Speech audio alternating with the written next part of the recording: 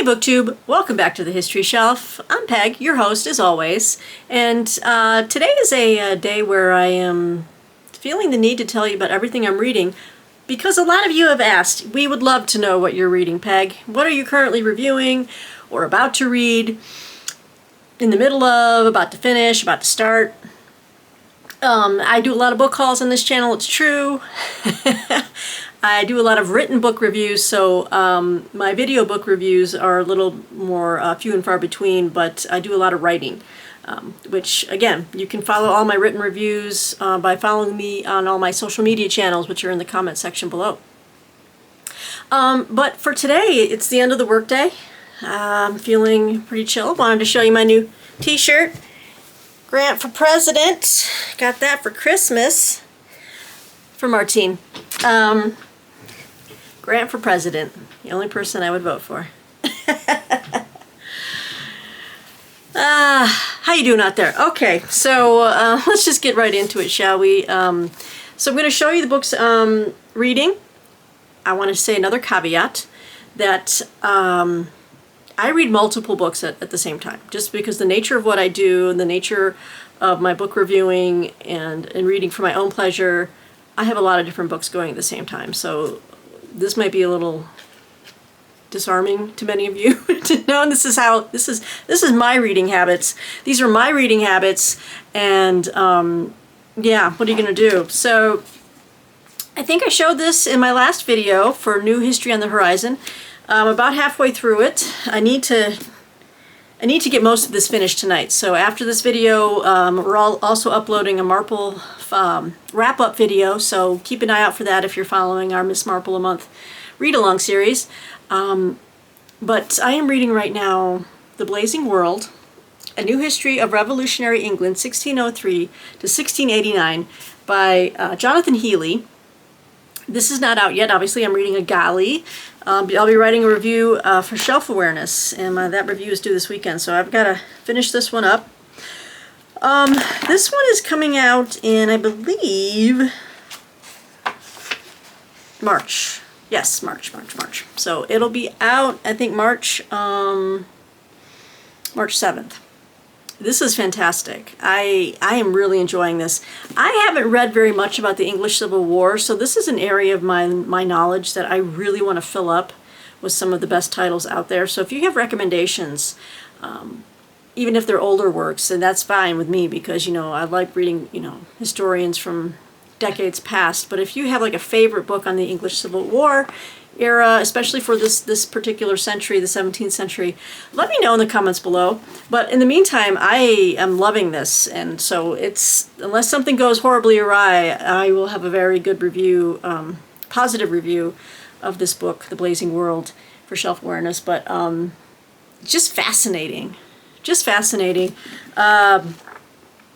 Just covering all of the events from 1603 onward, covering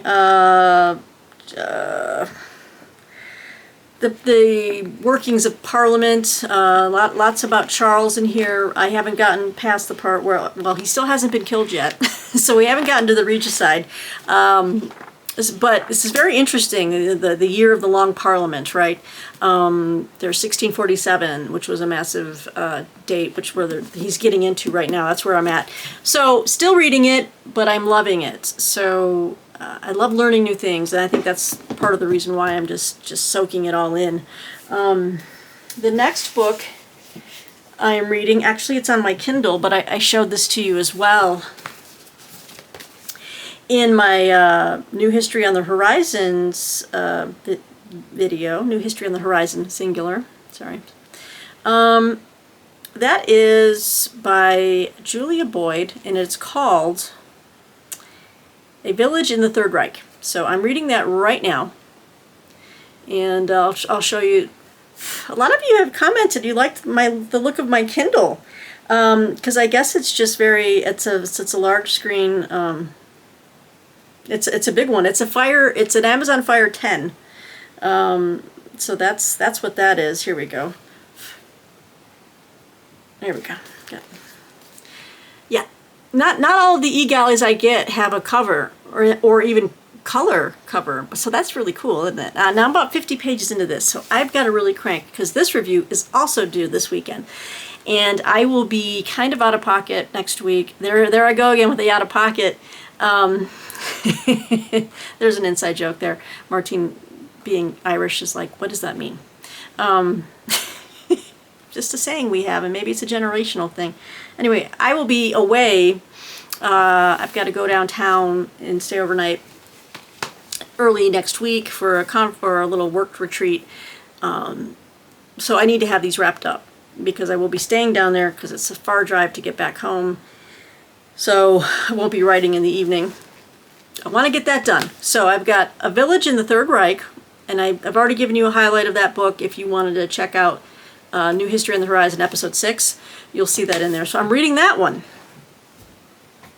in addition to The Blazing World. So those two, if you want to kind of get an insight into how I stagger these things and how I meet my deadlines, obviously what's due first is what I'm really cranking on. So I'm really cranking on The Blazing World, A Village in the Third Reich, which I'm really going to have to pick up the pace tomorrow. And then,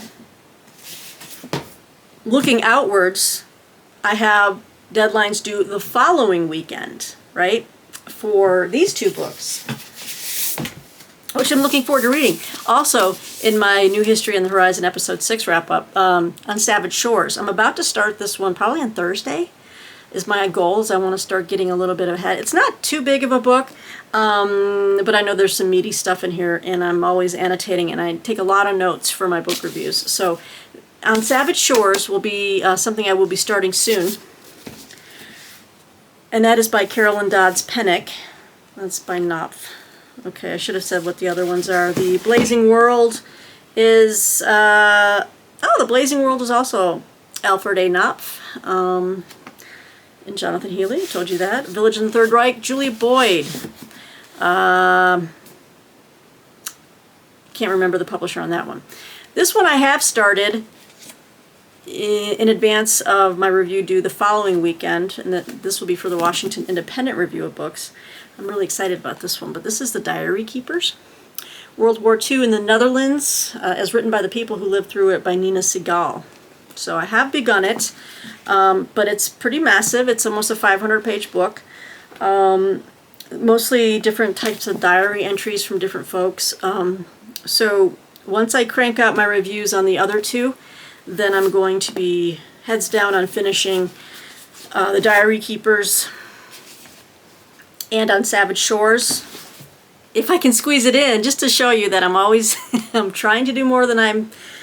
It's hard to break habits sometimes, you know.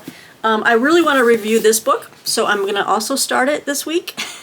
Hitler's Aristocrats, the secret power players in Britain and America who supported the Nazis, 1923 to 1941. This is by St. Martin's Press, and this is by Susan Ronald.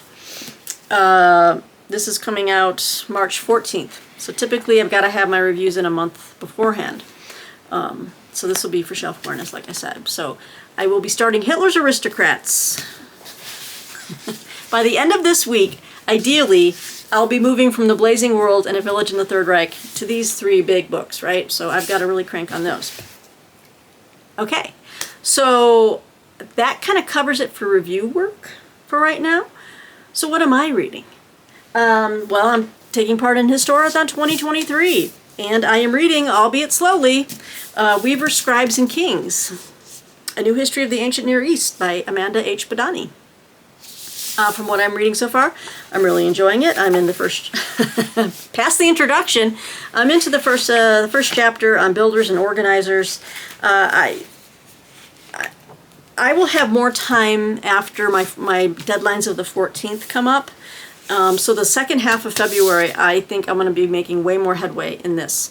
And again, but the great thing is I have a quarter, so I have until the end of March, right, to finish this one, hopefully, and also Women Warriors of the Classical World, which I talked about in my Historathon 2023 video. Okay, so I'm reading that on my own, for my own pleasure. Some of the things, I just mentioned Marple earlier. We did our video wrap-up, Martine and myself, of the Moving Finger, and we just did a wrap-up of that, and I should have it posted. and you guys can watch that. So we're starting our new Marple for February, which is A Murder is Announced. We're very excited about this. Martine says this one is a winner. She really enjoys this mystery. And just reading the back of it sounds like it's going to be fantastic fun. So this is about a 300-page book.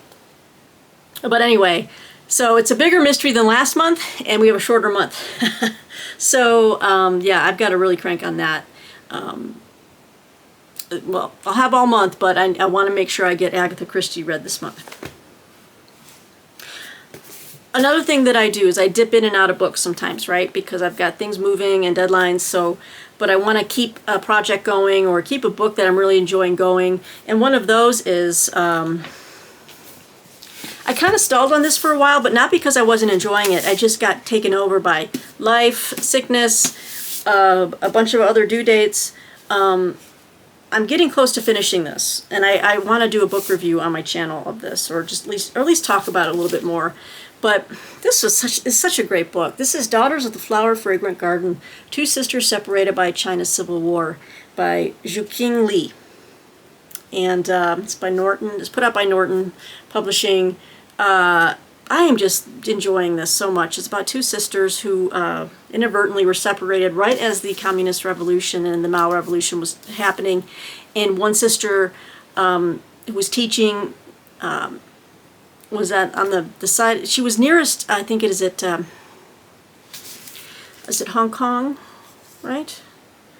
No, it's, well, the name that, let me just read this to you real quick. Jun and Hong were scions of a once great Chinese family, each other's best friend. They grew up in the 1930s during the final days of old China before the tumult of the 20th century brought political revolution, violence, and a fractured national identity. By a quirk of timing, at the end of the Chinese Civil War, June ended up, that's right, it was Taiwan. All right. So June ended up on an island under nationalist control. That's Chiang Kai-shek, and then settled in Taiwan, married a nationalist general, and lived among fellow exiles at odds with everything the mainland's new communist regime stood for. The other sister, Hong, found herself far across the sea on the mainland, forced to publicly disavow both her own family background and her sister's decision to abandon the party. A doctor by training, to overcome the suspicion created by her family's circumstances, Hong endured 2 waves of re-education and internal exile, forced to work in some of the most desperately poor remote areas of the country. And yeah, her chapters are something else. I'm like 100 pages from finishing, but I'm really enjoying it. So I'm going to save more thoughts on this for, hopefully I can do just a standalone book review on Daughters of the Flower Fragrant Garden. It's out. It's been out.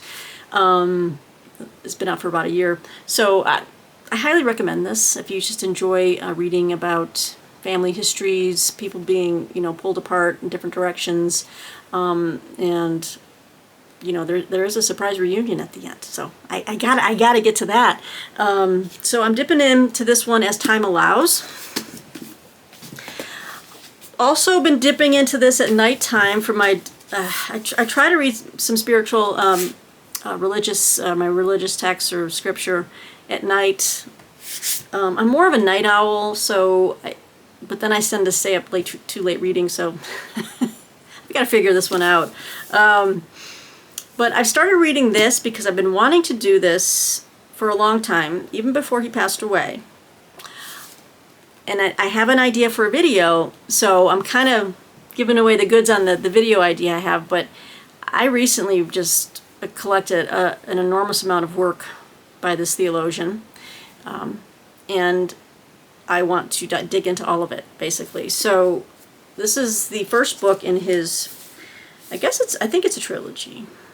Or is it the second part is the final part? Anyway, this is Pope Benedict XVI, who recently passed. And my idea for a video is to call Reading Pope Benedict, the 16th. Because I want to show you all the books I've gotten recently, either about Pope Benedict or his writings that are, just collections or whatever.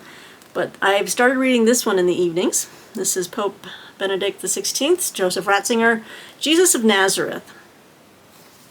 And it's meaty. I mean, I'm 30 pages in, and it's very tiny text. I'm having to really break out my reader glasses. And at night when I'm really tired, my eyes, it's given me some issues, but I'm enjoying it. You know, he's going through just the narrative. Right now we're in the, well, it's interesting. He starts this book not by the nativity narrative. I think he includes that in the second book.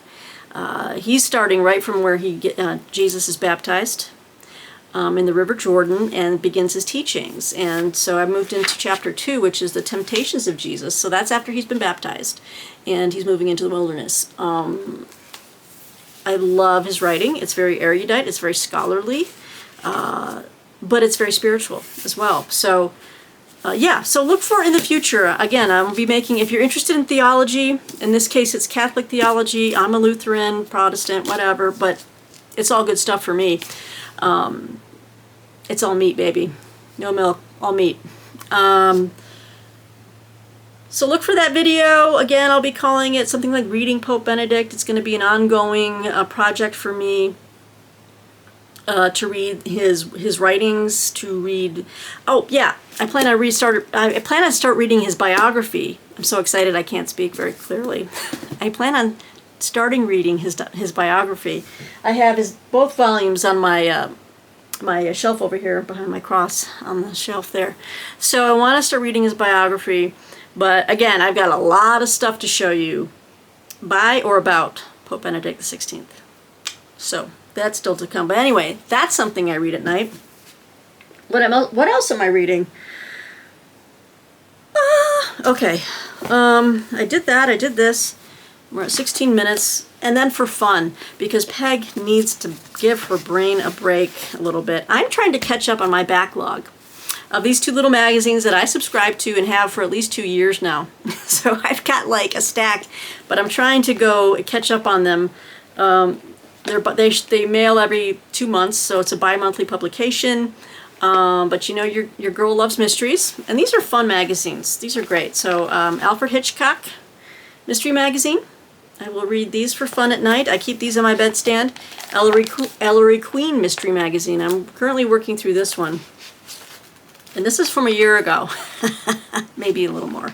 I have a whole stack of them in my bedroom, and I'm just like, yeah, need to catch up on these. But you know what? I like supporting these magazines. They sent me a renewal, even though I'd still had to work through some of these already. I was like, you know what? They could use my business. So I signed up for 2 years each. 2-year renewal. So I'll be getting these for a long time. But they're just fun. You know, you just get in there, you read a quick mystery story before bed. It kind of, it starts to shut down the more, you know, the temporal lobe. I don't know. It just starts to shut down some of the areas in your brain where you're just like, oh, I can't think anymore. And what's the difference between a roundhead and the cavalier, and who's this and who's that, you know, which I do know the difference, but, so I do dip into these. What else? I think that's probably enough for now, right? I mean, I've got just a big old stack. Woo! That's just some of them. And then I got my Kindle, and then I got that. So at any one time, you can see Peg it's a revolving door of reading, but I'm working my way through these. So please know, I am reading. I'm always reading. Every book that I show in a book haul doesn't mean I'm actually going to get to it right away. It's just, and in fact, I've been seeing some videos where people talking about getting up in arms about other people, judging them for, you know, read what you have first. And I don't get involved in those debates, not because I'm better than anyone. It's just because it's like, we all have our own habits. We all have our own way of doing things. And I just say, live and let live. You want to read and own every book on your shelf? Do it. I like to be able to walk into my library and say, what haven't I read? Right? And then I can take it off the shelf. So that's fun for me, and I really enjoy it. And I enjoy adding to my library, curating it, getting rid of old stuff. That's part of the fun, too, of being a bookish person. But you know what? That's all I got to say on that.